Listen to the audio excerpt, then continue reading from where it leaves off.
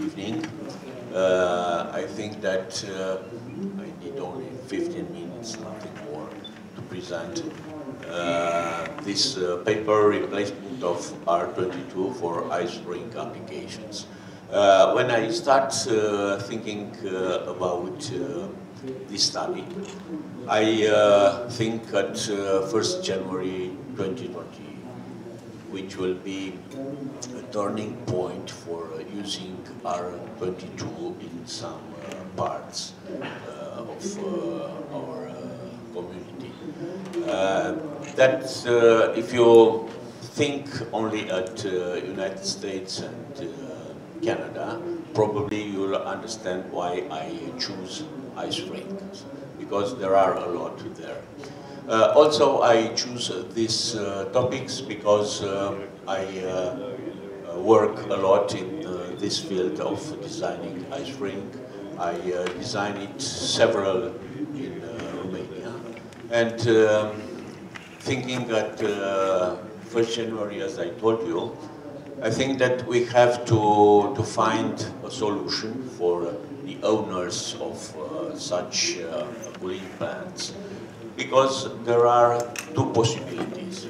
The first one, when it's coming a moment in which you must change the refrigerant, you think that the owner have two chances, or to change the whole cooling plant, or to change only the agent. And when you speak about changing the agent, also there are two options. To make a minimal changes into the cooling plant for using another agent, another refrigerant, or to use maybe the black market for buying the same refrigerant like before, and to use the same refrigerant. Because every cooling plant, you know, have some leakage, and from time to time you need to have some operation for refilling the cooling plant. This, when you choose to make a replacement of a refrigerant, usually you have to take into account, to think about some parameters. The more useful parameters are related to the environmental, about performance of the cooling plant, about technological compatibility. That means we have to take care about the oil, which is so important in a compression cooling plant, because there are several types of oils. You have to, when you change the refrigerant, you know, we have to wash all the circuits, because the oil is everywhere in to the cooling plant. And if you change with different agent, you could change also the oil. And when the cooling plant is a big one and more complex, it's very difficult to extract the old oil and to put another one, a different one. Also, you have to take care about the safety, and also to think at the owner to have a profit, to have some good economic parameters. That means not to pay too much money for making some changes into the cooling plant or with the refrigerant. I took several refrigerants. In this type, there are only 6 for replacing the R22 and to make the study. As you can see, the boiling point, it's almost around the value for R22. Also, you can find here the critical temperature, the critical pressure. The glide, because all the agents are mixture blends, zootropic blends, and also the components for every refrigerant. And in the last line, it's ammonia, because I want to speak about this refrigerant in the last part. Also, here there are the oil that we use with every refrigerant. And you could see here that there are some refrigerants which are using mineral oil or MO oil or POE oil. And also this type of lubricant would be a parameter when we choose to change the R22. And the next column, it's about safety. It's the classification for every refrigerant. The study that I have done have this input data, which are on the slide. Usually for an ice rink with 1,800 square meter, which is the surface for usual ice rink after the regulation of International Federation for Hockey. It's around 350 kilowatts. And also you could find here the other input data like superheating, subcooling of the refrigerant, the volumetric efficiency, the isentropic efficiency for the replacement of R22 or for ammonia, and also the evaporating temperature, which is around 15 degrees Celsius, because the ice for hockey it's around -8, and you can also transform the ice rink or to use the ice rink for other sports, and the ice could arrive from different sports till -10, and in this case the evaporating temperature must be -15. And the condensing temperature, I choose 3 regime, -5, 10 and 25, because this ice rink is running the whole year.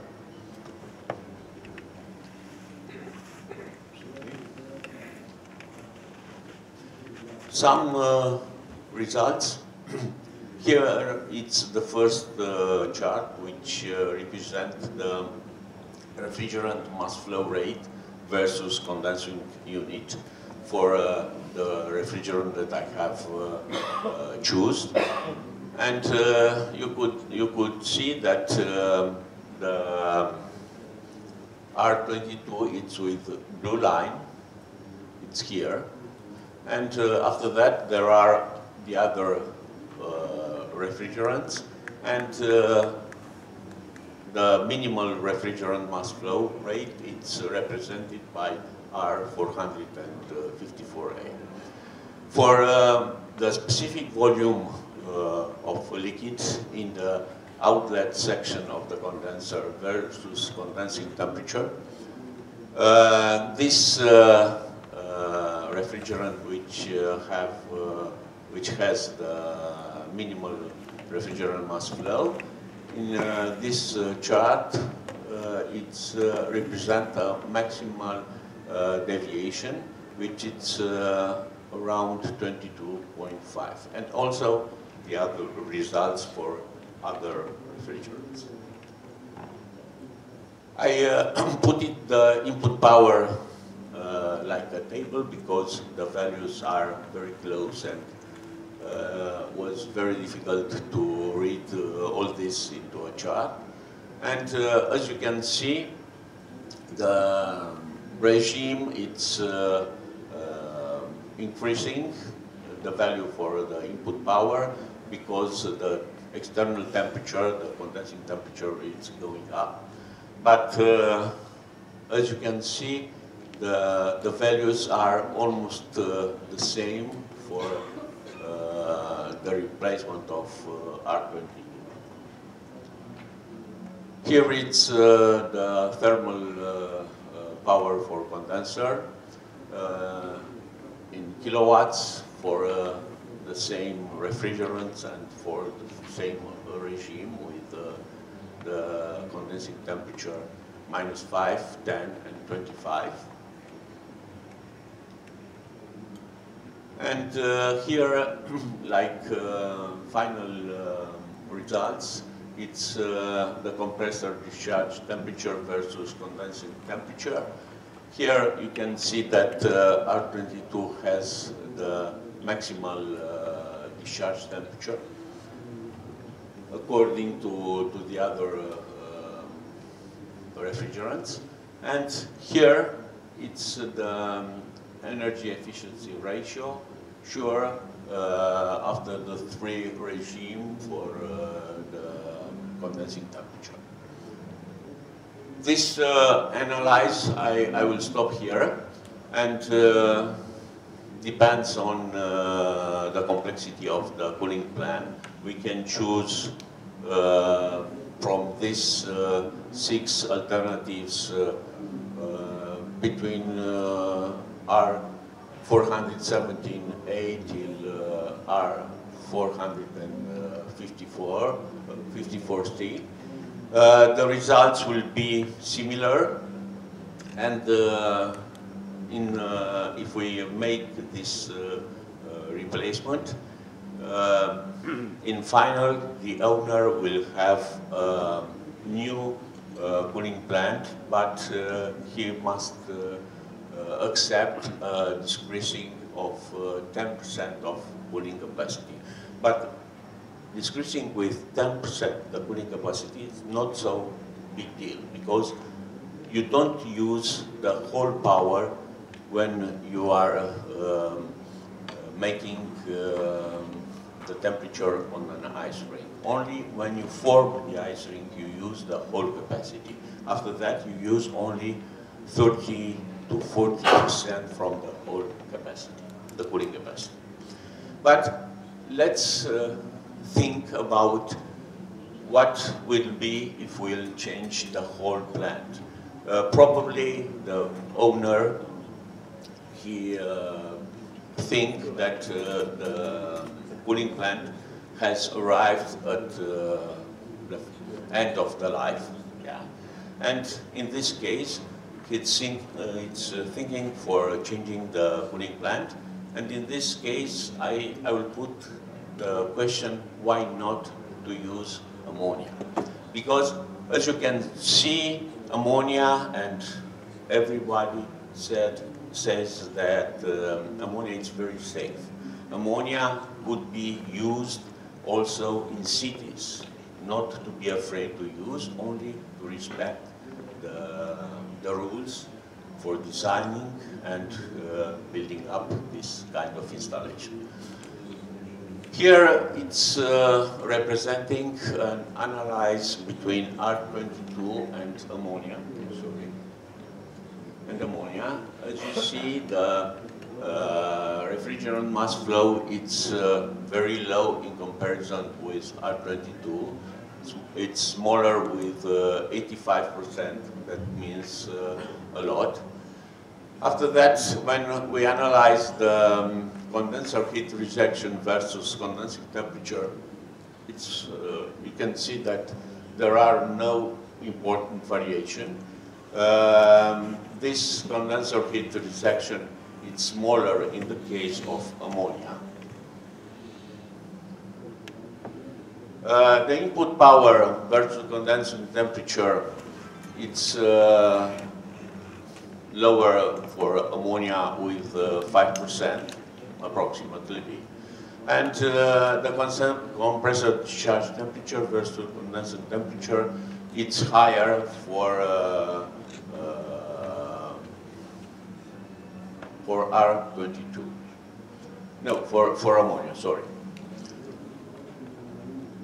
This temperature, which is higher in the case of ammonia, this is a very good thing, because in the case that we are using to do such a cooling plant, we can use this temperature, this high temperature, for preparing a recovery loop. That means we can use this heat for making warm water, because it's a sport arena and you need a lot of warm water for facilities in this case. And this temperature will be util thermal capacity. Also, here it's the energy efficiency ratio versus condensing temperature, which is higher in the case of ammonia. It's not a bigger value, but it's bigger than for R22.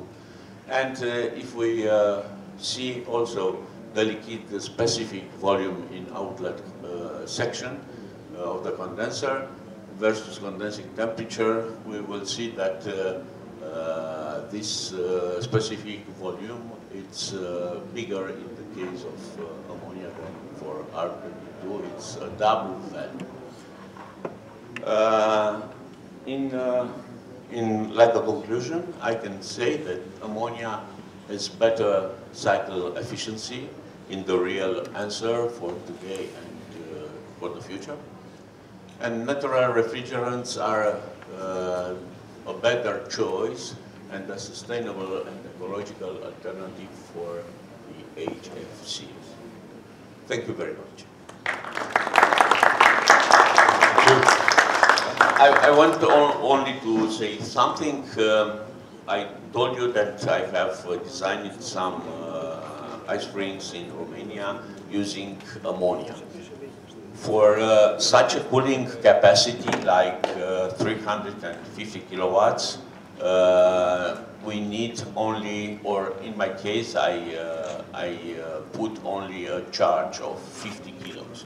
That means nothing, even in the case that a tube will be broke and the whole charge will come into the atmosphere. 50 kilos, it's almost nothing. Thank you. Da li imamo pitanja?